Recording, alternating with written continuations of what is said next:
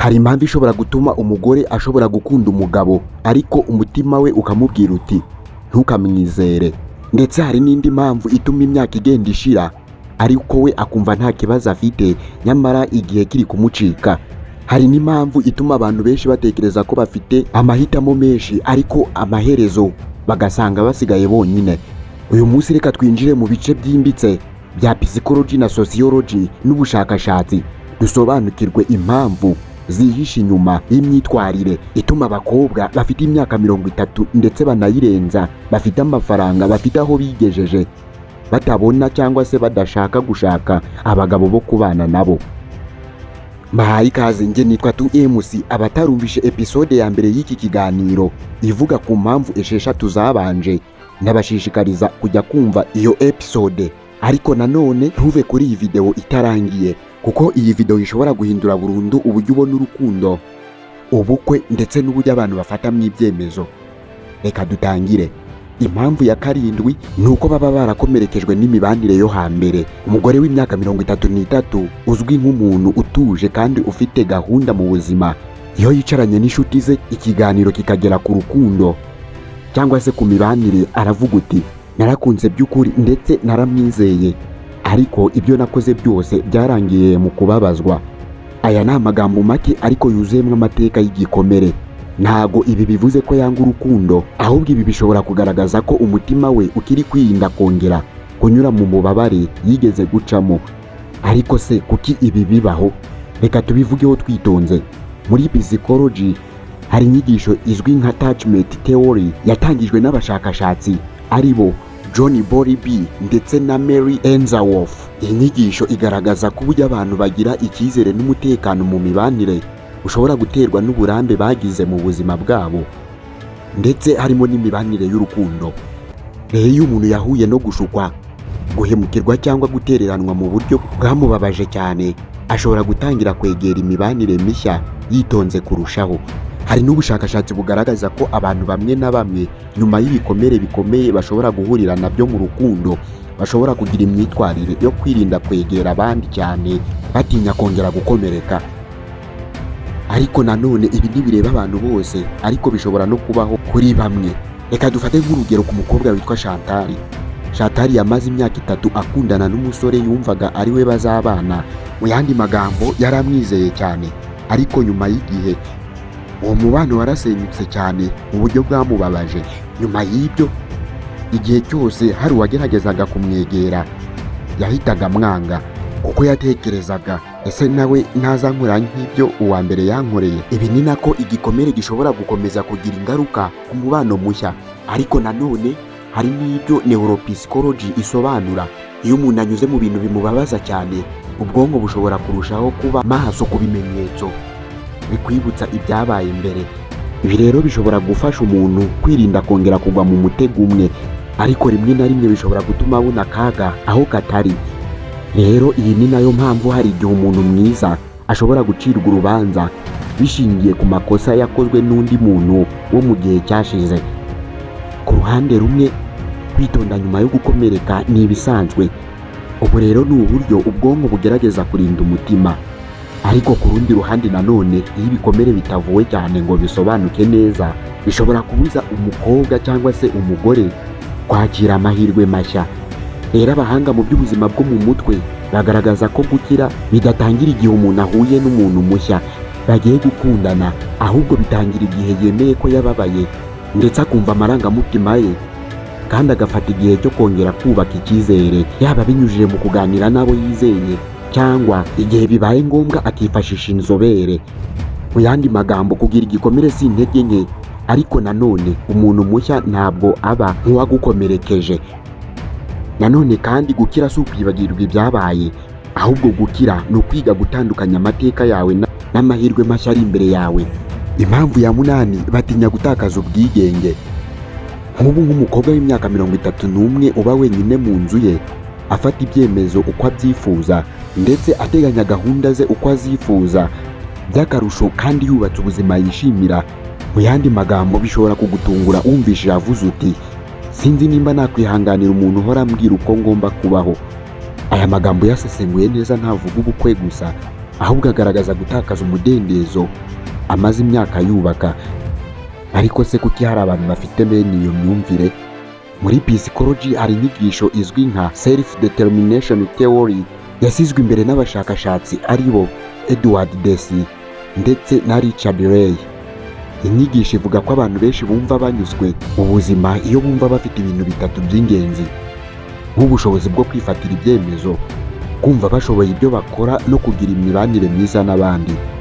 Rero iyo umuntu amaze igihe kinini yifatira ibyemezo byose ku giti cye, ashobora gutangira kubona umudendezo nka kimwe mu ndangagaciro zikomeye mu buzima bwe. Niyo mpamvu kuri bamwe igitekerezo cyo kwinjira mu mubano gisaba gusangira ibyemezo gishobora kubatera impungenge. Ibi rero ntabwo bireba abagore gusa, n'abagabo bamaze igihe kinini babayeho bonyine bashobora kugira iyo mitekerereze. Uretse gato, Keza amaze imyaka myinshi yigenga ndetse yiyoborera ubuzima bwe, ndetse mu yandi magambo niwe uhitamo uko akoresha amafaranga ye, ndetse ni nawe utegura aho ajya, igihe akorera n'igihe agomba kuruhukira. None rero yinjiye mu rukundo. Akimara kwinjira mu rukundo yabwiye inshuti ze ati, numvaga buri gihe hari inama cyangwa igitekerezo ku byo ngomba gukora, rero ntabwo nari menyereye kugisha undi inama kuri buri cyemezo. Mu yandi magambo, ibi ntabwo byerekana ko Keza yanga urukundo, ahubwo byagaragaje ko yari akiri kwiga uko umuntu ashobora gusangira ubuzima n'undi atumva ko yatakaje uwo yari asanzwe ari we. Nanone hari ikindi ubushakashatsi bwerekana, ubwonko bw'umuntu bukunda gahunda n'imikorere busanzwe bumenyereye. Rero iyo umuntu amaze imyaka myinshi akora ibintu mu buryo bumwe, impinduka zikomeye zishobora kumutera impungenge, kabone n'ubwo zaba zigiye kumugirira akamaro. Niyo mpamvu hari bamwe babona ko gusangira ibyemezo n'undi muntu ari impinduka ikomeye bisaba igihe cyo kuyimenyera. Ariko nanone ubushakashatsi ku mibanire bugaragaza ko umubano mwiza udasaba umuntu kureka ubwigenge bwe bwose, ahubwo ushingira ku cy'abahanga bita interdependence, uburyo abantu babiri bafatanya kubaka ubuzima, buri wese agasigarana umwihariko we, ariko bakuzuzanya aho kubangamirana. Mu yandi magambo, bivuze ko gukundana atari ugutakaza uwo uri we, ahubwo ni ukwiga kubana n'undi mutaretse indangagaciro n'intego z'ubuzima bwanyu, kuko kwita ku bwigenge bwawe ni ikintu cyiza. Ariko iyo ubwoba bwo kubutakaza butangiye kukubuza kwakira umubano ushobora kukubaka, biba byiza kwisuzuma ukareba niba urukuta ubwigenge bwawe bwubatseho rukikurinda cyangwa niba rwaratangiye kukubuza amahirwe meza. Impamvu ya kenda, nanone bashaka kubanza kugera ku ntego zabo. Ndavuga abakobwa bagejeje igihe cy'imyaka yo gushaka ndetse banakabije no kuyirenza, batari babona abagabo bo kubana nabo ngo bubakane urugo babyara abana. Benshi babanza kukubwira ko bagomba kubanza kubaka ejo hazaza habo, maze iby'ubukwe bukazaza nyuma. Ayo magambo ntabwo abasobanura ko banga iby'urukundo, ahubwo ayo magambo kuri bo abagaragaza ko kubanza kwiyubaka ari intambwe y'ingenzi mbere yo gufata icyemezo cyo kubaka urugo. Ariko se kuki hari abantu batekereza gutyo? Umuhanga mu by'imikurire y'abantu Erik Erikson yagaragaje ko mbere yo kubaka umubano urambye ari ingenzi ko umuntu abanza kugira icyerekezo ku buzima bwe no kubanza kumenya indangagaciro n'intego ze. Rero iyo umuntu atarasobanukirwa neza icyo ashaka kugeraho, mu yandi magambo ashobora no kugorwa no kubaka umubano uhamye. Rero iyi niyo mpamvu nyirabayazana itera abantu kumva ko kubanza kwiyubaka bitababuza gukunda, ahubwo bibafasha kuzinjira mu mubano bafite icyerekezo n'icyizere. Hari n'ibyo impuguke mu by'imikurire y'urubyiruko Mega J yagaragaje ko imyaka ya nyuma ya 20 n'itangiriro rya 30, iyi myaka aba ari igihe gikomeye cyo kubaka umwuga, kwagura ubushobozi no gushyiraho urufatiro rw'ubuzima. Ibi rero ntabwo bivuze ko urukundo rugomba gutegereza kuri buri wese, ahubwo ibi bisobanura ko bamwe bahitamo guha umwanya ibyo bintu mbere yo gufata icyemezo cyo kubaka urugo. Aha hari n'uburyo butandukanye abantu bashobora guteganya mu buzima bwabo. Hariho ababanza gukora ibintu intambwe ku yindi, nko kwiga, gukora cyane no kwiyubaka, hanyuma bakubaka urugo. Gusa hari n'abahitamo kubikorera icyarimwe. Mu yandi magambo, nta buryo bumwe bukwiriye buri wese, byose biterwa n'imiterere y'umuntu ndetse n'amahirwe afite n'ibyo yemera. Ku ruhande rumwe, kubanza kwiyubaka bishobora gutuma umuntu yinjira mu mubano ufite icyizere, ubushobozi ndetse n'ibyo agezeho. Ariko nanone ku rundi ruhande, iyo umuntu ahora yimuye ibyemezo kubera ko hari izindi ntego nshya zihora zivuka muri we, ashobora kuzasanga imyaka yarashize atarabona umwanya wo kubaka urugo yari yarifuje kubaka. Ubushakashatsi bumwe burebure mu mibereho y'abantu bwerekana ko gutsinda mu mwuga ari ingenzi, ariko ko imibanire myiza nayo ari kimwe mu bintu bifite uruhare runini mu munezero w'ubuzima. Ibi ni ukuvuga ko kwiyubaka no kubaka umubano bidakwiye kubonwa nk'ibintu bihanganye. Kuri benshi bishobora kujyana iyo habayeho gutegura neza no kumvikana. Mu yandi magambo, kubanza kwiyubaka si ikosa, ariko nanone kubaka urugo nabyo ntibisaba gutegereza ko ubuzima buzaba butunganye burundu, kuko akenshi ubuzima bwiza bwubakwa n'abantu babiri bakomeza gukurira hamwe. By'akarusho buri wese agakomeza no gukurikira intego ze. Reka tuvuge no ku mpamvu ya 10 ibitera. Iyi mpamvu ni impinduka z'umuco n'ubuzima bwo muri iki gihe. Umukecuru w'imyaka 78 yigeze kubwira umwuzukuru we ati, mu gihe cyanjye umukobwa yageraga ku myaka 20 atarashaka umugabo. Abantu bagatangira kwibaza impamvu. Ariko uyu munsi wa none uwo mwuzukuru afite imyaka 32, aracyakora, aracyiyubaka, kandi benshi muri abo mwirirwa mubabona mu mujyi, kuko ibyo ngibyo bitagifata nk'ibintu birenze cyangwa se bitangaje. None ni iki cyahindutse hagati y'ibi bisekuru bibiri? Muri sociology hari igitekerezo kizwi nka social clock, cyasobanuwe n'umushakashatsi Bernice Neugarita. Iki gitekerezo kikavuga ko buri muryango cyangwa buri muco ugira igihe abantu babona ko igihe gikwiye cyo gukora ibintu runaka, nko kurangiza amashuri, kubona akazi, gushaka umugabo cyangwa se umugore, kubyara cyangwa se kugera ku zindi ntego z'ubuzima. Ariko nanone iyo saha y'umuryango nihora imeze kimwe igihe cyose, ihinduka bitewe n'uburezi, ubukungu, ikoranabuhanga n'umuco. Mu myaka yashize abantu benshi bashyingirwaga bakiri bato, ariko uyu munsi wa none mu bice byinshi by'imijyi abantu benshi babanza kwiga, gukora no kwiyubaka mbere yo gutekereza kubaka urugo. Ibi ntabwo bivuze ko ariko biri kuri buri wese, ariko ni impinduka zagaragaye mu bihugu byinshi. Hari n'ubushakashatsi bwerekana ko uko abantu bamara imyaka myinshi mu burezi, imyaka yo gushyingirwa nayo ishobora kuzamuka. Ibi ntibisobanura ko amashuri ari yatuma abantu batinda gushaka, ahubwo ibi nabyo bishobora kuba kimwe mu bintu bifatanyiriza hamwe n'izindi mpamvu, nk'ubushake bwo kubanza kubona akazi, kwiyubaka no gushaka umutekano mu bukungu. Tekereza ku mukobwa uba mu cyaro n'undi uba mu mujyi wa Kigali cyangwa se n'ahandi mu yindi mijyi. Aba bombi bashobora kuba bose bifuza kubaka urugo, ariko birumvikana ubuzima babamo ntibusa. Uwo mu mujyi ashobora kumva ko kubanza kurangiza amashuri, kubona akazi no kwiyubakira ari byo bizamufasha kwitegura neza urugo, mu gihe uwo mu cyaro ashobora kubona ko ibyo byombi bishobora kugendana hakiri kare. Mu yandi magambo, nta buryo bumwe bukwiye buri wese, ahubwo ibi biterwa n'aho umuntu ari, amahirwe afite n'uburyo ateganya kubaka ubuzima bwe.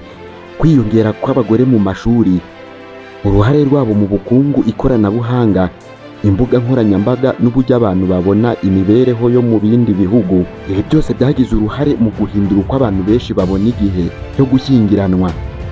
Ku ruhande rumwe, izi mpinduka zatanze amahirwe menshi yo kwiyubaka no gufata ibyemezo umuntu abanje kubitekerezaho, ariko ku rundi ruhande izi mpinduka zatumye rimwe na rimwe habaho kutumvikana hagati y'ibisekuru, kuko ibyo ababyeyi babonaga nk'igihe gikwiye bishobora kuba bitandukanye n'iby'urubyiruko rubona uyu munsi wa none. Icyo wamenya, imico irahinduka uko ubuzima buhinduka. Rero iyo dusobanukiwe impamvu z'izo mpinduka, biroroha ko ibisekuru byumvikana aho gucirana imanza. Impamvu ya 11 ibitera byose, bamwe ntibabona ko gushyingirwa ari cyo gipimo cy'agaciro ku muntu. Umugore umwe cyangwa se umukobwa w'imyaka 36 yigeze kubazwa uti utarashaka umugabo wo kubana nawe. Atazuyaje nta guca ku ruhande, aramwenyura arasubiza ati, kuba ntarashaka ntibivuze ko ubuzima bwanjye butuzuye. Aya magambo ashobora gutangaza bamwe nawe urimo, ariko agaragaza impinduka ikomeye mu mitekerereze y'iki gihe. Kera abantu benshi babonaga ko agaciro k'umuntu, cyane cyane umugore, kagaragarira mu kuba yarashatse akubaka urugo. none uyu munsi wa none hari abantu batabona ibintu muri ubwo buryo. None icyo kwibaza ni ukubera ko iyo myumvire yahindutse. Muri psychology hari igitekerezo kizwi nka self concept. Ubu ni uburyo umuntu ashobora kwirebamo akamenya uwo ari we n'aho akura agaciro ke. Iyo umuntu yubakiye agaciro ke ku ndangagaciro ze, ku byo agezeho cyangwa ku musanzu atanga muri sosiyete, ashobora kutabona gushyingirwa nk'ikintu kigomba kwemeza agaciro ke. Ibi ntabwo bisobanura ko aba adashaka urukundo, oya, ahubwo bisobanura gusa ko atifuza ko ubuzima bwe bupimirwa ku kuba yarashatse cyangwa atarashatse. Aha hari n'ibindi ubushakashatsi bwerekana ko abantu bafite icyizere mu bushobozi bwabo no mu buzima bubatse akenshi bakunda gufata ibyemezo by'ingenzi bashingiye ku byo bemera aho kubishingira ku gitutu cy'abandi. Reka dufatire urugero ku mukobwa bita Aline. Aline afite akazi keza kandi akunda ibyo akora. Nk'iyo abantu bamubajije bati igihe cyo gushaka umugabo kirimo kugushirana, arabasubiza ati nzubaka urugo igihe nzabona umuntu duhuje indangagaciro, atari ukubera ko abantu bavuga ko igihe cyageze. Mu yandi magambo, ntabwo Aline yanga gushaka, ahubwo yanga gufata ibyemezo bikomeye kubera igitutu cy'abamukikije. Ku ruhande rumwe, iyi mitekerereze ifasha umuntu kwigirira icyizere no kutaba hagamije gushimisha abantu. Ariko nanone ku rundi ruhande, iyo umuntu atangiye kubona ko umubano nta gaciro na gato wongera mu buzima bwe, ashobora kutabona amahirwe menshi meza y'urukundo ashobora kumwungura. Ubushakashatsi bwerekana ko abantu benshi bagira ubuzima bwiza kandi bwuzuye iyo babashije guhuza ibintu bitandukanye nk'intego z'umwuga, ubushuti, umuryango n'imibanire myiza. Ibi rero bivuze ko kwiyubaka no gukundana bitagomba guhangana, ko ahubwo bishobora kuzuzanya, kuko agaciro k'umuntu katagomba gupimwa gusa n'uko yashatse cyangwa se atashatse. Ariko nanone mu yandi magambo, kubaka urugo rwiza nabyo bishobora kuba kimwe mu bintu byongera ibyishimo n'umunezero mu buzima. Mu yandi magambo, ubwenge ni ugufata ibyemezo bishingiye ku ndangagaciro zawe, utabikoreshejwe n'igitutu, ariko nanone udakingirana amahirwe ashobora kukuzanira ubuzima bwiza. Impamvu ya 12 kuri iyi ngingo: abakobwa benshi batinya gufata icyemezo kitazasubirwaho. Umukobwa w'imyaka 33 yigeze kubwira inshuti ye ati si uko ntifuza gushaka, ahubwo ntinya gufata ibyemezo nzicuza nyuma. Aya magambo asa n'ayoroheje, ariko agaragaza ikintu abantu benshi bahura nacyo: ubwoba bwo gufata ibyemezo bikomeye. None kuki gufata ibyemezo byo gushyingiranwa bishobora gutera ubwoba? Muri psychology hari igitekerezo kizwi nka loss aversion, cyasobanuwe n'abashakashatsi Daniel Kahneman ndetse na Amos Tversky. Iki gitekerezo kivuga ko akenshi abantu bababara cyane iyo batakaje ikintu kurusha uko bishimira ikintu bungutse. Niyo mpamvu hari abantu batinya cyane gushyingirwa nabi kurusha uko bishimira amahirwe yo kubaka urugo rwiza. Ubwonko bwabo bukomeza kubabaza uti ese nimbyihutamo nkabihomberamo, ese nimba atari we twagenewe, ese ndamutse mwibeshyeho ntabikosora nte? Ibi bishobora gutuma umuntu ahora asubika ibyemezo. Hari n'ikindi gitekerezo muri psychology cyitwa analysis paralysis. Iki ni igihe umuntu asesengura ibintu cyane ku buryo bimusaba igihe kirekire kugeza ku kigero cy'igihe atabasha gufata icyemezo na kimwe. Ibi ngibi nabyo mu rukundo bishobora kubaho. Iki ni cya gihe umuntu ashobora gushaka ibimenyetso byinshi, inama nyinshi n'ibihamya byinshi, kugeza n'aho amahirwe amuca mu myanya y'intoki cyangwa se amuca imbere. Reka dufatire urugero ku mukobwa, reka tumwite Diane. Diane yahuye n'umusore w'inyangamugayo, bamaranye imyaka 2 bakundana, ariko buri gihe iyo ikiganiro cyageraga ku bukwe yasabaga kongera gutegereza. Mu magambo magufi, iyo umukobwa yaganirizwaga ku by'ubukwe yasabaga umusore gutegereza igihe gikwiriye. Uyu mukobwa si uko yangaga ubukwe cyangwa se atamukundaga, ahubwo yumvaga agikeneye igihe cyo kumenya neza niba nta kindi kintu cyatuma yicuza mu gihe kiri imbere. Uyu mukobwa yagumye muri ibi ategereje ngo igihe gikwiriye. Hashize imyaka, umusore yaje guhitamo gukomeza ubuzima bwe. Nawe urabyumva, nyine ubwo baratandukanye. Nyuma nibwo Diane yatangiye kwibaza nimba ataratakaje amahirwe yari afite kubera gutinya gufata ibyemezo. Ku ruhande rumwe kandi, mu magambo make, gutekereza mbere yo gushaka ni ikintu cyiza. Ubukwe ni icyemezo gikomeye kandi ntibukwiye gufatwa mu gihe gihubukiwe. ariko nanone ku rundi ruhande nta cyemezo na kimwe cyo mu buzima kigira ubwishingizi 100%. Ibi bishatse kuvuga ko nta muntu ushobora kumenya ejo hazaza mu buryo bwuzuye. Abahanga benshi mu by'imibanire bagaragaza ko imiryango iramba atari iy'abantu batoranyije umuntu utunganye, ahubwo ni iy'abantu bakomeje kubaka icyizere, kuvugana no gukemurira hamwe ibibazo bahura nabyo. Ibi nawe mu mubano wawe n'abawe ushobora kubyigiraho, kuko ubushishozi ni ingenzi. Ariko iyo ubushishozi buhindutse ubwoba bwo kudafata ibyemezo na bimwe, bishobora kuvutsa umuntu amahirwe meza yari afite. Rimwe na rimwe icyemezo cyiza si ugutekereza kugeza ibintu byose bisobanutse, ahubwo ni ugufata umwanzuro ufite amakuru ahagije, ukawubakira ku cyizere, ku ndangagaciro no ku bushake bwo gukurana n'uwo mwahitanyemo. Naha dusubikiye iyi episode ya 2 y'iki kiganiro. Wifuza episode ya 3 wabishyira muri komenti ubundi tugakomeza. Ariko nanone ndabashimiye, mbashishikariza kureba episode ya mbere ku batarayirebye, ndetse no kureba ibindi biganiro twabagejejeho kugira ngo dukomeze kubaka umuryango mugari w'impamba y'ubwenge. Njye wumvaga nitwa 2MC. Murabeho neza.